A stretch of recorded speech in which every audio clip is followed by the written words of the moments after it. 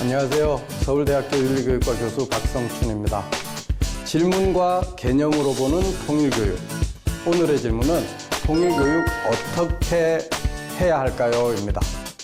저는 매 학기 대학생들과 대학원생들에게 통일에 관해서 가르치고 있습니다. 그런데 매번 가르칠 때마다 참 쉽지 않다는 생각을 해요. 그리고 예전에 제가 중학교에서 청소년들에게 통일에 대해서 가르칠 때 그때는 정말이지 참 많이 어려웠던 것 같아요. 분단되었지만 평화롭게 잘 살고 있는 우리 청소년들 그리고 젊은 세대들에게 선생님인 제가 생각하고 있는 통일에 대한 이야기를 강하게 할 때면 우리 학생들이 저한테서부터 또는 제 수업에서부터 도망가는 것과 같은 느낌이 들어요. 참 통일교육 힘들다는 생각이 많이 듭니다. 여러 선생님들은 어떻게 생각하세요? 사실 저도 통일을 왜 해야 하는지 아이들에게 명확하게 설명해 주기가 어렵고 통일이 정말 필요한가? 정말 꼭 해야 하나? 사실 마음 깊숙한 곳에서는 이런 의구심도 들기 때문에 이런 걸 숨기고 아이들에게 제대로 가르치기가 굉장히 어려운 것 같아요. 우선 아이들이 통일을 하기 싫어하는 아이들도 많고 또 하기 싫어하는 아이들한테 통일을 꼭 해야 된다고 말을 하는데 그거에 대한 정보나 자료가 되게 부족해서 수업하는 데 많은 지장이 있는 경우가 많습니다. 어떤 교사로서는 정치적인 중립성을 지켜야 되니까 이게 어느 선까지 해야 되나 그걸 되게 스스로는 아슬아슬하다고 생각하면서 사실 교육을 좀 하게 되는 것 같아요. 내가 어디까지 말해야 될까, 어디까지 하지 말아야 될까 이런 생각을 좀 많이 하면서 근데 그렇게 하면 또 애들은 나름 막 엊그제 뉴스에 나온 얘기니까 되게 재밌게 들어와요. 예, 저로서는 이게 좀 민원이 들어오지 않을까 항상 이런 고민을 하면서 수업을 하는 편이기는 해요. 교육 현장에 계신 많은 선생님들이 비슷한 생각을 하시고 있을 것이라 생각이 됩니다. 저는 이렇게 한번 생각해 봤습니다. 통일교육은 왜 이렇게 어렵지? 통일교육이 어려운 이유가 뭘까? 생각이 꼬리에 꼬리를 물고 늘어집니다. 통일교육이란 참으로 복잡한 문제이자 어려운 과제라는 그런 생각이 듭니다.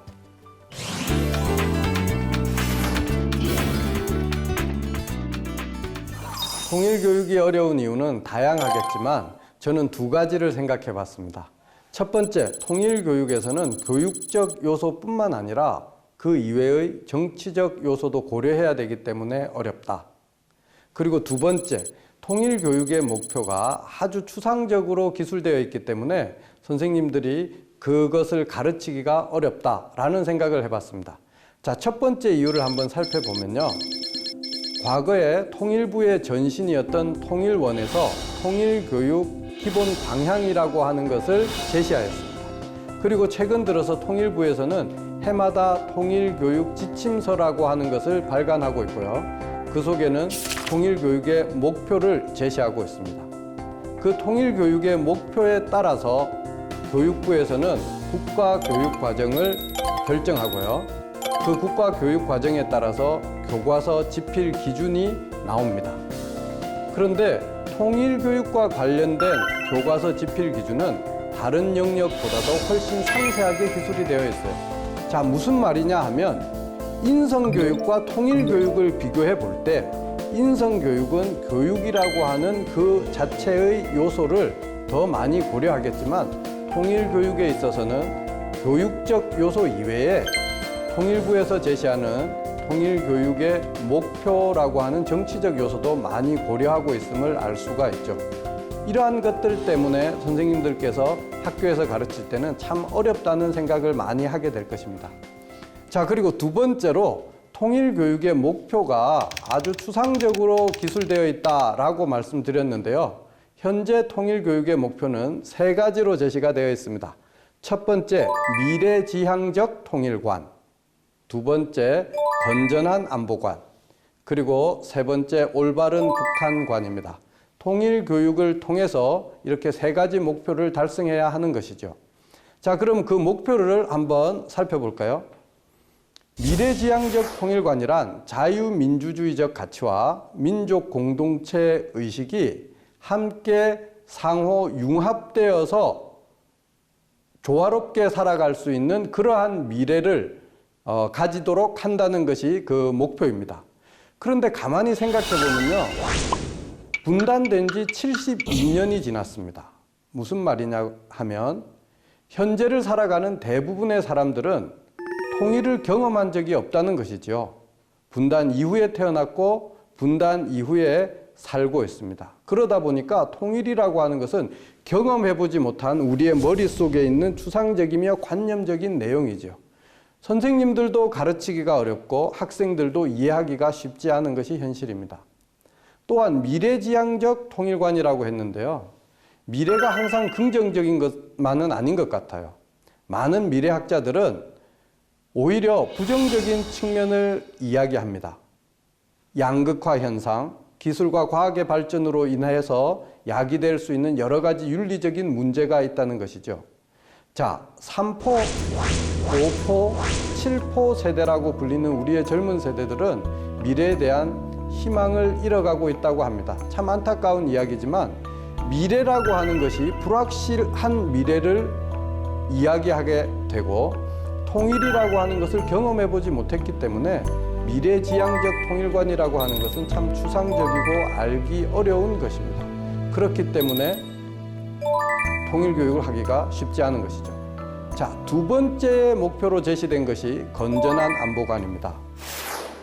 안보 역량 강화는 평화 통일의 중요한 밑받침이 된다라고 하는 목표인데요. 자, 평화 통일을 위해서 안보는 정말 중요합니다. 이에 대해서 누구도 부인할 수 없을 것입니다. 그런데 안보를 더 강조하면 할수록 우리의 머릿속에는 남북 간의 대결이라는 상황이 떠오르게 됩니다. 자, 그러니까 안보라고 하는 개념과 통일이라고 하는 개념 사이에 조화되지 않는 무엇인가 이어지지 않는 그러한 모순이 있다는 것이죠. 그래서 청소년들은 안보 의식이 높아질수록 통일에 대해서 부정적으로 생각하는 경우가 많다고 합니다. 자, 그리스 도시국가의 예를 한번 들어볼까요? 과거에 아테네와 스파르타라고 하는 두 개의 아주 큰 도시국가가 있었습니다. 두 도시국가는 협력 관계에 있었죠. 그런데 경쟁 관계에 놓이게 됩니다. 아테네와 스파르타의 독자적인 발전이 서로에게 위협을 준다고 느꼈던 것이죠. 그로 인해서 아테네를 중심으로 델로스 동맹이 형성이 되고 스파르타를 중심으로 펠로폰네소스 동맹이 형성이 됩니다. 결국에는 전쟁으로 이어지게 되고 두 도시 국가는 서서히 역사 속으로 사라지게 되죠. 이것이 바로 안보와 통일 사이에 존재하는 딜레마입니다. 선생님들도 이 안보를 강조하면서 통일의식을 높여야 한다는 이것 때문에 통일교육하는 것이 쉽지 않다는 생각을 하게 되죠. 세 번째 목표는 올바른 북한관입니다. 올바른 북한관이란 북한 실상을 있는 그대로 이해하면서 북한을 장차 우리와 함께 통일을 해야 될 동반자로 인정하는 동시에 우리 안보에 위협이 되는 경계의 대상이다 라고 하는 관점을 가지는 것이 올바른 북한관을 가지는 것입니다. 자, 그런데 여기에서 올바르다라고 하는 표현이 참 모호합니다. 우리가 만약에 올바른 남한관이라고 했을 때 누가 그것을 올바르다고 말해줄 수 있을까라는 문제가 되죠.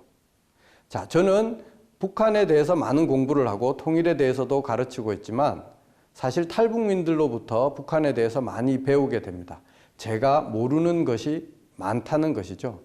제가 많이 알지 못하는데 어떻게 내가 알고 있는 북한이 올바르다고 말할 수 있느냐, 즉 관점의 문제가 참 어렵다는 것이고요. 두 번째로 북한을 통일의 동반자인 동시에 우리의 안보를 위협하는 경계의 대상이다 라고 하는 것을 가르치고자 하면 이것은 바로 그 내용 자체가 모순이 되는 것이에요. 청소년들에게 이것을 가르칠 때 쉽게 가르치는 방법은 북한은 우리의 적이자 친구이다 라고 가르칩니다. 그런데 청소년들이 이해하기에는 쉽지 않은 개념이죠. 자, 이처럼 통일교육의 목표로 제시된 세 가지, 미래지향적 통일관, 건전한 안보관, 올바른 북한관, 이 세 가지가 참 좋은 말처럼 들리고 우리가 지향해야 될 교육의 목표이지만 우리 선생님들이 실제 교실에서 학생들을 대상으로 가르칠 때는 이 추상적인 것 때문에 통일 교육이 상당히 어려워진다는 것입니다.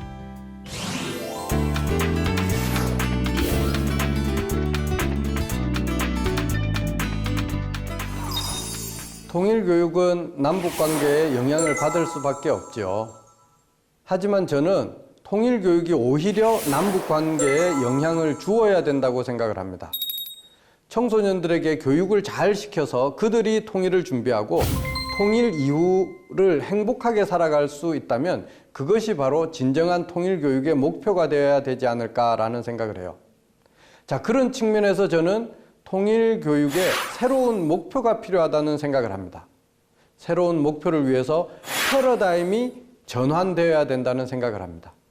패러다임이라는 개념은 1962년에 토마스 쿤에 의해서 출판된 과학혁명의 구조라는 책에 나오는 개념입니다.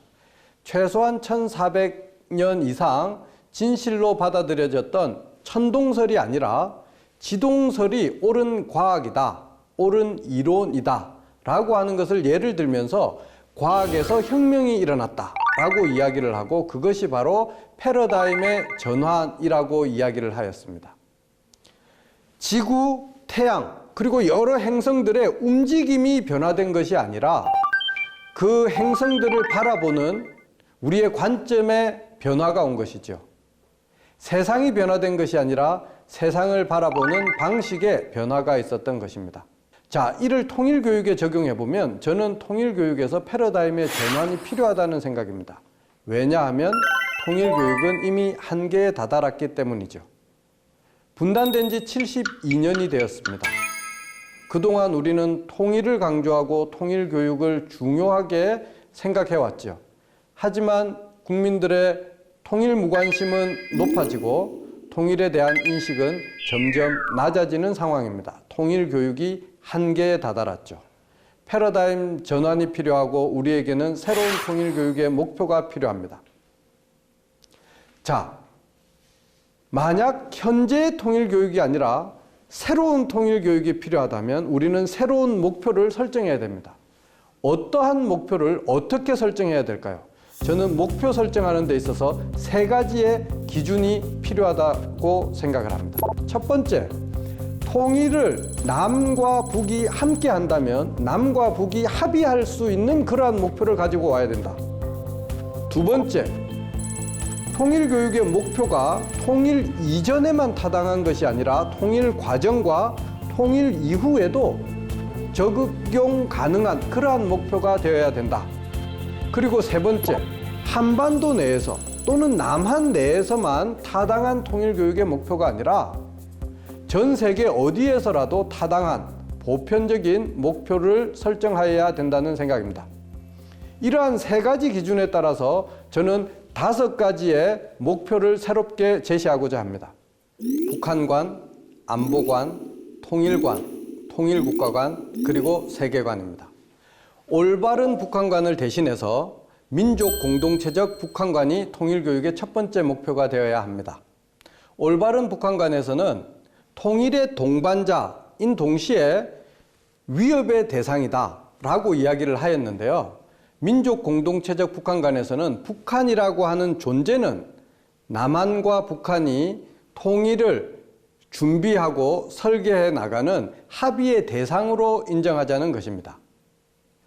북한이 가지고 있는 성격, 안보의 위협이 되는 그러한 측면은 두 번째 목표인 평화유지적 안보관에서 다루어져야 된다고 생각을 합니다. 평화유지적 안보관이란 건전한 안보관에 대체되는 새로운 목표인데요. 평화유지적 안보관이란 남이든 북이든 평화로운 한반도의 통일 한국 공동체를 만드는 데 위협이 되는 요소를 없애는 그러한 안보관을 가지는 것입니다. 그리고 세 번째로는 지속가능 발전 통일관인데요. 이는 미래지향적 통일관을 대신하는 새로운 목표입니다. 미래지향적이라는 개념이 추상적이며 모호했기 때문에 우리는 과연 왜 통일을 하려고 하는 것이냐라고 하는 비전을 제시해 주어야 됩니다. 그러한 측면에서 지속 가능한 발전이라는 개념을 도입했습니다. 현재 우리 세대가 잘 사는 것뿐만 아니라 우리 미래 세대가 필요한 것을 충족시킬 수 있도록 행복하게 잘 사는 지속 가능한 통일 한반도를 만드는 그러한 지속 가능 발전 통일관이 목표로 필요합니다. 이 세 가지는 이전에 있었던 또는 현재에 있는 통일교육 목표의 성격을 바꾼 것입니다. 즉 이러한 목표를 가지게 된다면 남과 북이 합의할 수 있는 통일교육의 목표가 될 것이라는 생각이죠. 네 번째로 제시하는 통일교육의 목표는 바로 자유민주주의적 통일국가관입니다. 자, 통일국가관이라고 하는 것은 현재 분단된 남한과 북한의 상황을 넘어서서 통일 이후에 우리가 지향해야 될 가치를 보여주는 것이죠. 자유주의적 가치와 민주주의적 가치가 충분히 보장되는 남과 북을 만든다. 그리고 그것이 우리 통일된 한국의 미래 모습이다라고 하는 것을 우리 청소년들에게 가르쳐야 된다고 생각을 합니다. 그리고 마지막으로 공존 공용을 위한 세계관이 새로운 목표로 제시되었습니다. 지금 현재 우리 통일교육을 가만히 살펴보면 어쩌면 우리 남한에서만 적용 가능한 그러한 통일교육이 아닐까라는 생각을 해봅니다. 과연 우리가 하고 있는 통일교육이 중국에도, 브라질에도, 미국에서도, 그리고 케냐에서도 다 사람들이 인정하고 받아들일 수 있을 것이냐의 문제는 있습니다.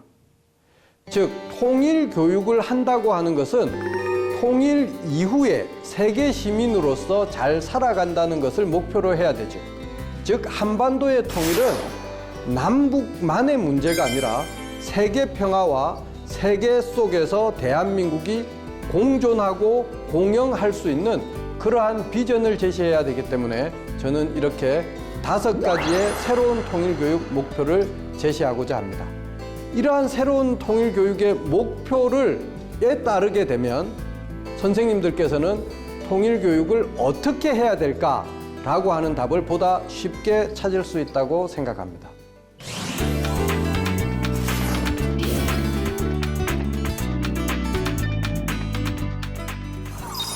통일교육을 하시다 보면 그 내용이 정치적으로 민감해서 혹시 부담을 느꼈던 적은 없으신가요? 저는 예전에 중학교 교사 시절에 그런 경험이 있습니다. 학생이 집에 가서 우리 선생님이 이렇게 가르쳤는데 라는 이야기를 학부모님에게 하게 되고 그 학부모님은 전화를 해서 그 선생님이 이렇게 가르쳤다고 하던데 라면서 이 정치적 성향에 대해서 이의제기하는 경우가 있죠. 자, 이런 이야기는 통일교육을 하는 선생님이라면 누구나 들어보았거나 실제로 경험한 적이 있을 것입니다. 그만큼 그 내용이 부담스럽죠. 그래서 통일교육 내용에 깊게 들어가서 찬반 논쟁을 한다거나 하는 것이 굉장히 힘이 듭니다. 자, 실제로 통일교육 시간에 우리는 토론을 활발하게 할까요? 선생님들에게 통일교육을 어떠한 방식으로 지도하였느냐고 설문조사를 하였을 때 17.4%의 선생님들은 토론식 수업을 하였다고 응답하였고 78.6%의 교사는 동영상을 보여주었다고 응답을 하였으며 55.3%는 교사의 강의 설명식 교육을 하였다고 응답하였습니다. 교실에서는 토론보다 동영상 시청이나 선생님들의 일방적인 강의가 훨씬 더 많음을 알 수가 있었습니다. 즉, 통일에 대한 찬성 반대에 대해서 양방향적인 토론 수업이 이루어지기보다는 교사나 영상에서 일방향적으로 가르치는 그러한 교육이 중심이 되고 있음을 알 수 있죠. 그만큼 통일교육의 내용이 정치적으로 민감하기 때문에 교사들이 부담을 갖고 있지 않나라는 생각을 해봅니다. 독일에서도 통일 이전에 동독에 대해서 서독 교실에서는 어떻게 가르쳐야 될 것인지가 굉장히 큰 이슈였습니다. 정치적 영역, 교육적 영역에서도 보수와 진보 진영에 있는 사람들이 많았는데요. 그 사람들이 1970년대 굉장히 핫하게 논란이 이루어졌습니다.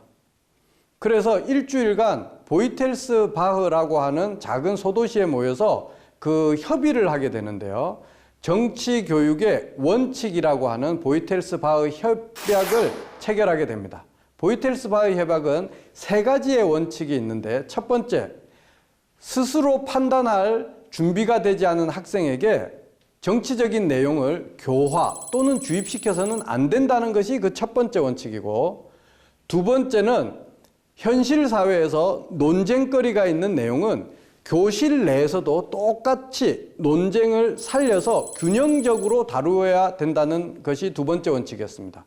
그리고 세 번째로는 논쟁적인 내용이 학생 개인에게 어떠한 이익을 가져올 수 있는지를 학생들 스스로 판단하게 해야 된다는 원칙이었죠.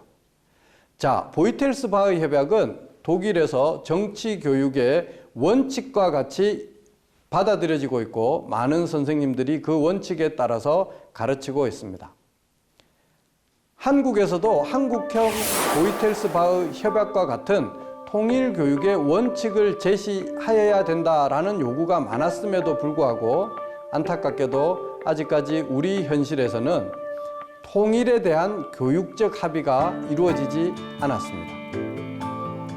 선생님으로서 학생들에게 통일에 대한 생각을 일방적으로 주입하거나 강요한 것이 아니라 학생들 스스로 옳고 그름에 대해서, 맞고 틀림에 대해서 심각하게 생각해보고 느끼는 교육, 그러한 교육이 이루어져야 되지 않을까요? 미래 사회에 유연하고 창의적인 인재로 기른다는 것, 그것이 통일 교육에도 반드시 적용되어야 된다고 생각을 합니다.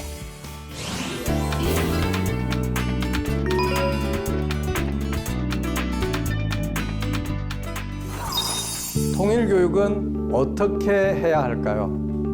참 어려운 질문입니다. 작은 방법을 찾기보다는 우리는 왜 통일 교육을 해야 하는가, 무엇을 위해서 통일 교육을 해야 하는가 라고 목표를 분명하게 설정한다면 우리는 어떻게 통일 교육을 해야 하는가에 대한 답을 찾아갈 수 있을 것 같습니다. 학생들이 스스로 생각하고 스스로 지식을 구성해서 인성을 갖추고 창의적으로 살아갈 수 있는 통일한국의 인재가 되는 것, 그것이 통일교육을 가장 잘할 수 있는 방법이라고 생각을 합니다. 다양한 차원, 국가적인 차원이 아니더라도 사회나 지역사회나 다양한 곳에서 통일 자료를 많이 통일 교육에 대한 자료를 많이 만들어주고 이러한 것을 활용할 수 있는 기회가 많이 주어진다면 통일 교육의 질이나 양적인 측면에서 많은 발전이 있을 것 같습니다. 무조건적으로 교과서에 나오는 것처럼 우린 한민족이고 통일은 꼭 해야 하고 이런 것을 무조건적으로 강요하기보다는 좀 자유로운 분위기 속에서 통일에 대해서 이야기할 수 있는 그런 교육 체계가 좀 만들어졌으면 좋겠어요.